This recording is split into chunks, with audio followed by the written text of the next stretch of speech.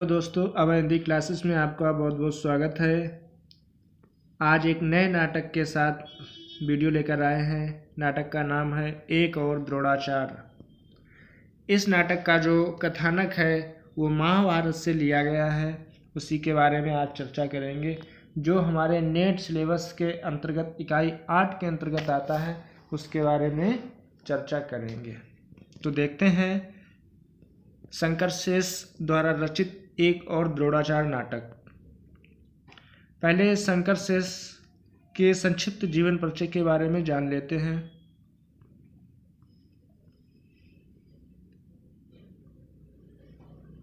शंकर शेष का संक्षिप्त जीवन परिचय। शंकर शेष हिंदी के प्रसिद्ध नाटककार और सिनेमा के कथा लेखक थे।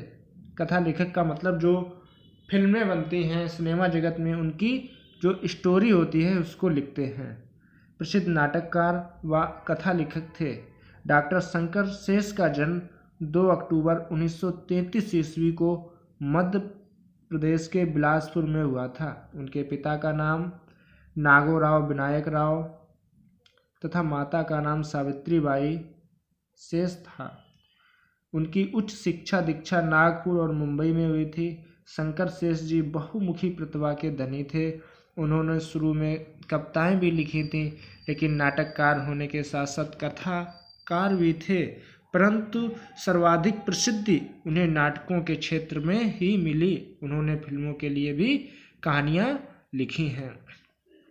एक और द्रोणाचार नाटक के जो प्रमुख पात्र हैं उसके बारे में चर्चा करेंगे, और उस नाटक से संबंधित जो महत्वपूर्ण तत्व हैं जो हमारे एग्जाम में आने की संभावना होती है उसके बारे में चर्चा करेंगे। एक और द्रोणाचार नाटक का प्रकाशन 1977 में माना जाता है, और कुछ लोग इस नाटक का प्रकाशन 1971 भी मानते हैं। कुछ लोग 77 मानते हैं और कुछ लोग इसका प्रकाशन 71 भी मानते हैं। शंकर शेष हिंदी के साठोत्तरी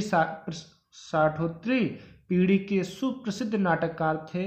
व कवि और कहानीकार भी थे, परंतु नाटक के रूप में अधिक प्रसिद्ध हुए, जैसा कि जीवन परिचय में बताया गया है। एक और द्रोणाचार नाटक में वर्तमान शिक्षा की तुलना उस द्रोणाचार से किया है जिसने एक शिक्षक को अपने सिद्धांतों से समझौता करते हुए अन्याय सहने की परंपरा दे दिया है। नाटककार ने पौराणिक कथा के माध्यम से आधुनिक समस्या का हल ढूंढने का प्रयास किया है।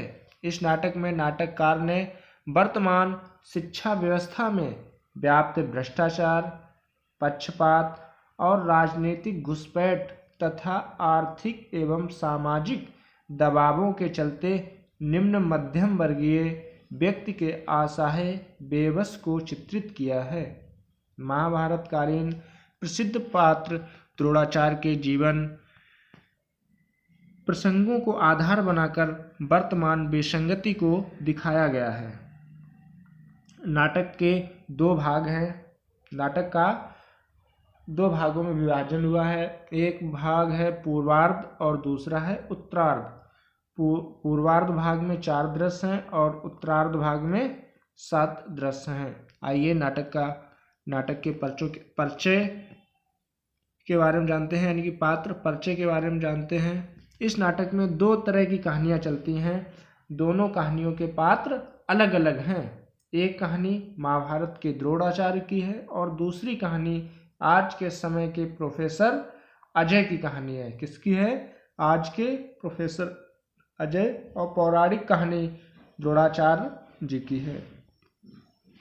पौराणिक कहानी के जो पात्र हैं, द्रोणाचार्य, एकलव्य जो द्रोणाचार्य का शिष्य होता है, कृपि द्रोणाचार्य की पत्नी है, अश्वत्थामा द्रोणाचार्य का पुत्र है, भीष्म, अर्जुन, युधिष्ठिर के अलावा कुछ सैनिक भी हैं। ये पौराणिक कथा के पात्र हैं। आधुनिक कथा के पात्र के अंतर्गत अरविंद जो नाटक का प्रमुख नायक है, प्रोफेसर पात्र में इसकी जो पद है प्रोफेसर है। लीला अरविंद की पत्नी है। यदु अरविंद का साथी है जो जूनियर प्रोफेसर है। प्रिंसिपल जिसकी उम्र 60 वर्ष है। चंदू अरविंद का छात्र है जिसकी उम्र 20 वर्ष है।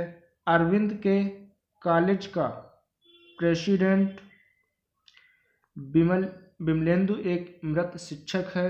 अनुराधा छात्रा की उम्र 20 वर्ष है। इसका कथानक इस प्रकार से है, जो सारांश है। इस नाटक में महाभारत कालीन गुरु द्रोणाचार्य के जीवन के प्रसंगों की संवेदनशील झलकियां प्रस्तुत की गई हैं। अश्वत्थामा का कृपि से दूध पीने की याचना करना, द्रोणाचार्य का कौरव पांडवों कुमारों का आचार्य बनना, एकलव्य से गुरु दक्षिणा के रूप में अंगूठा मानना, द्रौपदी का चीरहरण करना और युधिष्ठिर का नरों व कुंजरों का अर्धसत्य व इन प्रसंगों के आधार पर प्रोफेसर अरविंद के जीवन की त्रासदी को अभिव्यक्त किया गया है। आइए देखते हैं। अरविंद एक मध्यवर्गीय आदर्श और सिद्धांतों पर चलने वाला एक व्यक्ति है। वह एक प्राइवेट कॉलेज का अध्यापक है। उस पर अपनी कैंसरग्रस्त मां और विधवा बहन की जिंदगी निर्भर करती है। लड़का मेडिकल कॉलेज में भर्ती होने वाला है। अरविंद के कॉलेज का प्रेसिडेंट एक व्यापारी है। उसने अपने व्यक्तिगत लाभ के लिए शिक्षण संस्थाएं खोल रखी हैं। वह कॉलेज के प्रिंसिपल को प्रलोभन यानी कि लालच और धमकियां देकर ग्रांट के रुपए लेकर अपने लेन देन में व्यवसाय में लगा देता है और हजारों रुपए कमाकर कॉलेज को लौटा देता है। प्रेसिडेंट का लड़का जिसका नाम राजकुमार है वो कॉलेज में पढ़ता है, जिसे परीक्षा में नकल करते हुए अरविंद पकड़ लेता है। इसकी रिपोर्ट अरविंद यूनिवर्सिटी को भेजकर आदर्श शिक्षा प्रणाली का पालन करता है। अरविंद की पत्नी लीला और मित्र यदु प्रत्याघातों से विचलित हो जाते हैं। उसे कभी न्याय और सत्य के दुर्लभ रास्ते पर चलने से रोकते हैं। उनका हौसला तोड़ते हुए यदु कहता है, किसका? अरविंद का हौसला तोड़ते हुए कहता है कि राजकुमार का विरोध करोगे तो हत्या, क्या मिलेगी? हत्या। चंदू का विरोध करोगे तो सामाजिक हत्या। हत्या से तुम नहीं बच सकते। राजकुमार और उसके साथी बड़े ही क्रूर हैं। अगर ये लोग विमलेंदु एक शिक्षक था, वो भी आदर्शवादी था, सत्य के रास्ते पर चलने वाला था। उसने भी इन लोगों का विरोध किया था, जिसके कारण चंदू के लोगों ने उसे मार दिया था। तो तुम्हें क्यों नहीं मारेंगे?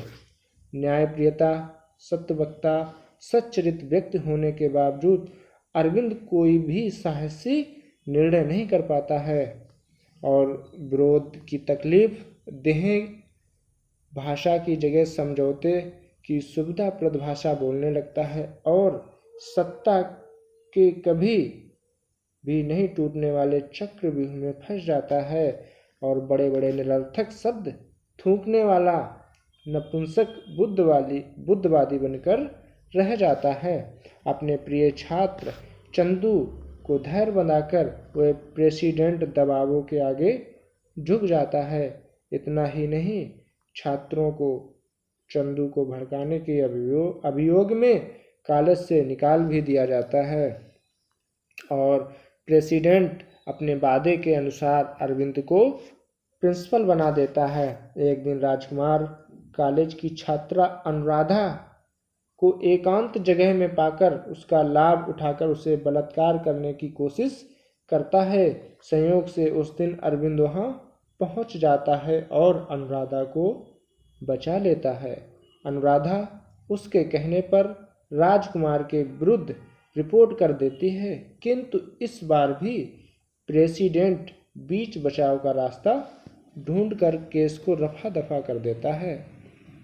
लेकिन अनुराधा इस मामले को दृढ़ता से आगे बढ़ाती है और राजकुमार के जो गुंडे हैं उसे मारकर रास्ते पर फेंक देते हैं, जिसे लोग अनुराधा की आत्महत्या समझते हैं।